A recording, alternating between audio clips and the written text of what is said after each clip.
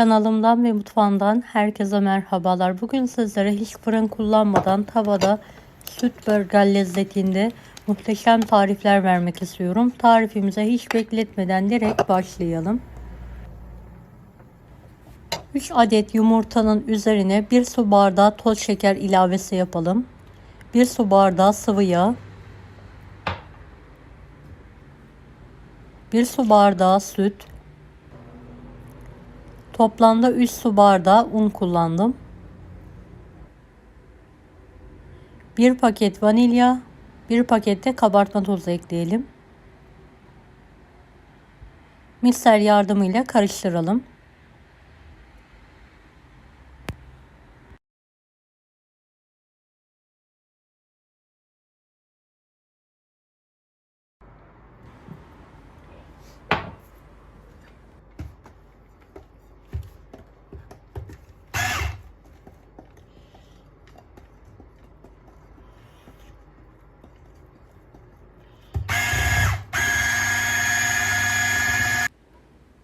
Evet, toplamda 1 su bardağı su kullandım. İlk aşamada yarım su bardağı ekledim. Daha sonra yarım su bardağı daha ekledim. Hepsini, tüm malzemeyi karıştıralım.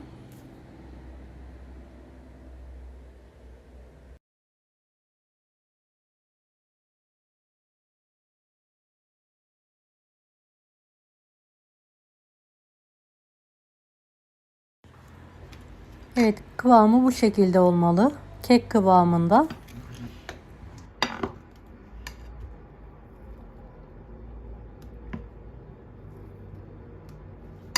Önceden ısıttığımız krep tavasına 2 kepçe hamurdan dökelim ve tavaya eşit bir şekilde yayalım.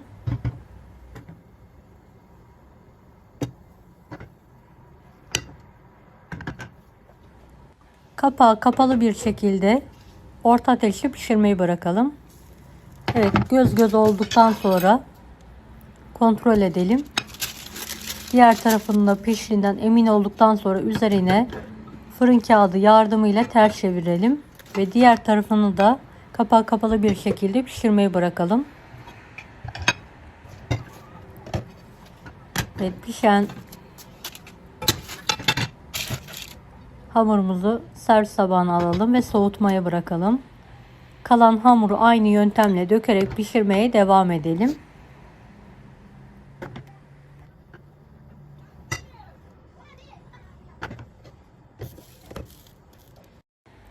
Arası için bir poşet krem şanti, 1 su bardağı soğuk süt, 2 yemek kaşığı pudra şekeri ekleyerek koyu kıvam alana kadar karıştıralım. Evet, koyu kıvam aldıktan sonra üzerine küçük bir paket Hindistan cevizi ekleyelim ve tekrardan karıştıralım. Hindistan cevizinin miktarını dilediğiniz şekilde ayarlayabilirsiniz.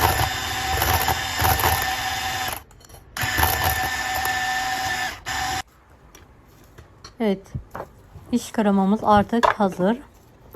Üzeri içinde bitter ve sütlü çikolatayı küçük parçalar halinde doğruyorum.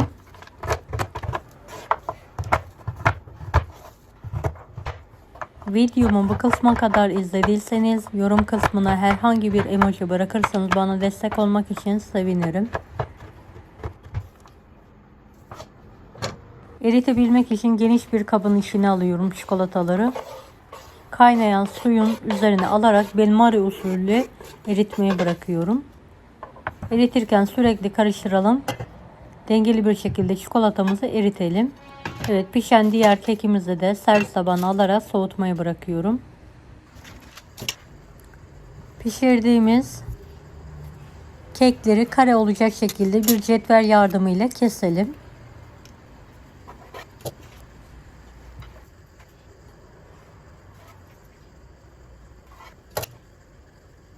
Kare tavanız varsa kare tavada da pişirebilirsiniz keki. Diğerlerini de aynı ölçüde kesiyorum.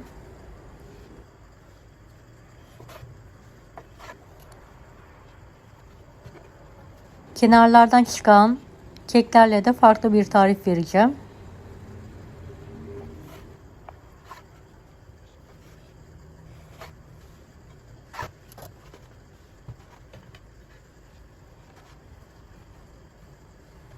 Evet, hepsini kare bir şekilde kestim. Eşit bir şekilde uzun dikdörtgenler halinde tüm hamuru parçalar halinde keselim. Bir mutfak cetveliniz varsa kullanabilirsiniz veya göz kararı da kesebilirsiniz.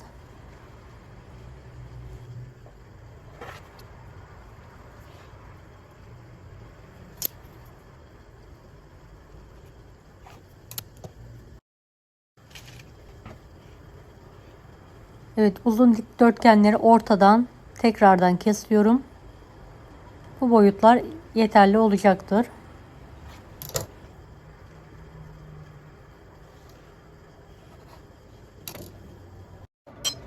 Evet, hazırladığım kremadan üzerlerine sürüyorum. Her iki tarafa da sürüyorum.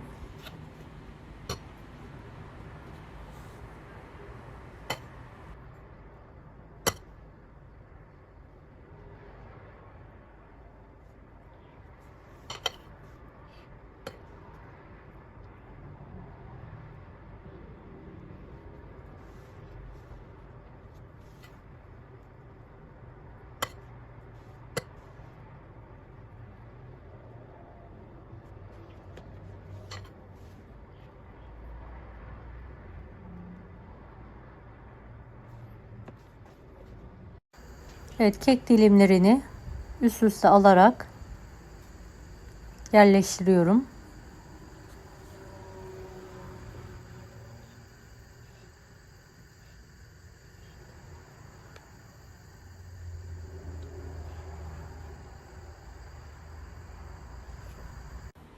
Erittiğim çikolatalara batırarak her tarafının çikolataya buluyorum.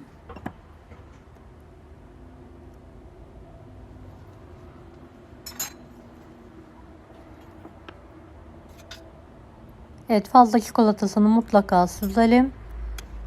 Fırın kağıdının üzerine alalım aralıklı bir şekilde.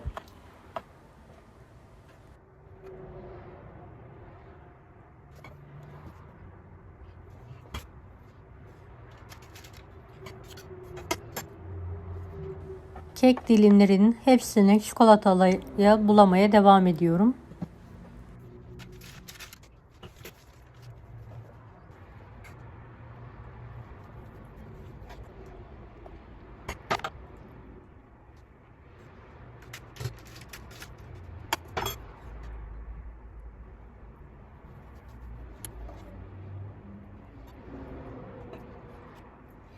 Çikolatası donana kadar buzdolabında soğutmaya bırakıyorum.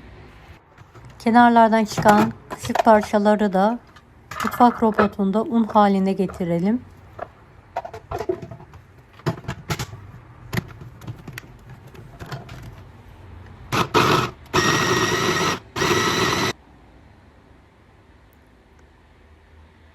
Evet, gördüğünüz gibi un haline geldi. Servis tabağına alıyorum.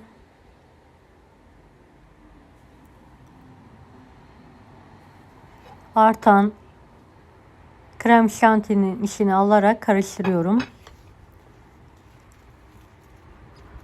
Keki biraz az olduğu için elimde böyle kakaolu bir kek harcım daha vardı. Onları da çekerek ilave ettim. Sizler bisküvi de kullanabilirsiniz. Evet, elimle tüm malzemeyi hamur yoğurur gibi yoğuruyorum.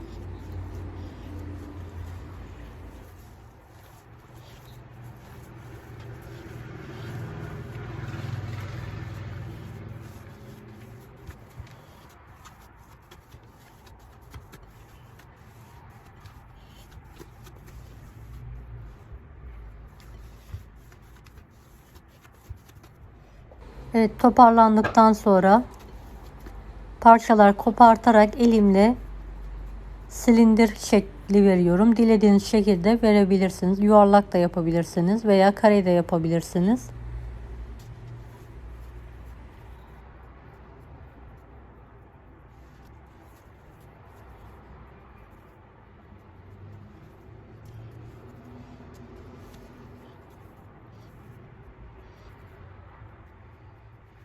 Hem artan krema hem de artan parçalar değerlenmiş oluyor.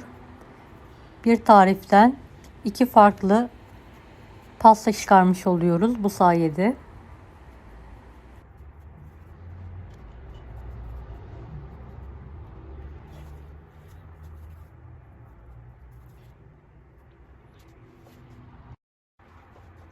Evet, kalan çikolataları her tarafını gelecek şekilde buluyorum ve fırın kağıdını aralıklı bir şekilde diziyorum.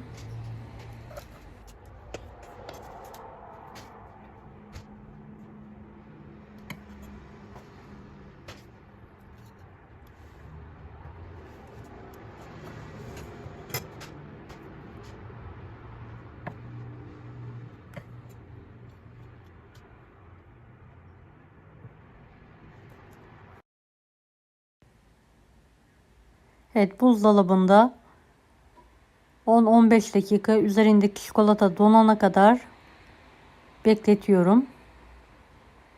En son.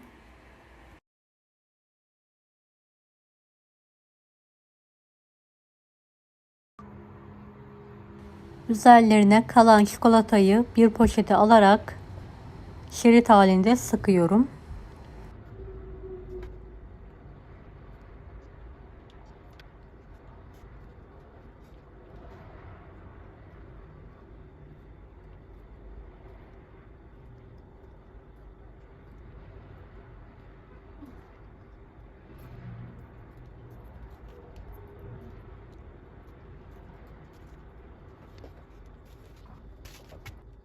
Evet, beyaz çikolata erittim. Tekrardan üzerlerine sıkıyorum ve tekrardan buzdolabına koyarak üzerindeki çikolataların donmasını bekliyorum. Evet, kalan son hamurumu da pişiriyorum bu aşamada. Bunu da sade olarak tüketebilirsiniz. Gördüğünüz gibi bayağı bereketli bir tarif. Evet, bir tanesinin tadına bakmak istiyorum. Gerçekten çok lezzetli. Hem pratik.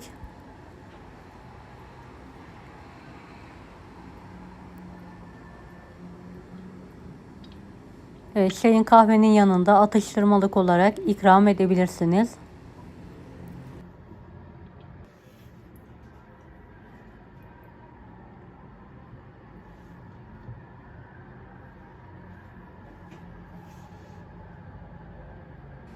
Deneyecek olanlara şimdiden kolaylıklar dilerim. Kanalıma ücretsiz abone olmayı unutmayın.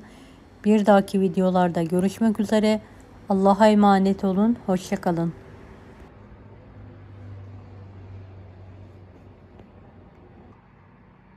Daha farklı tarifler için bunları da izlemeyi unutmayınız.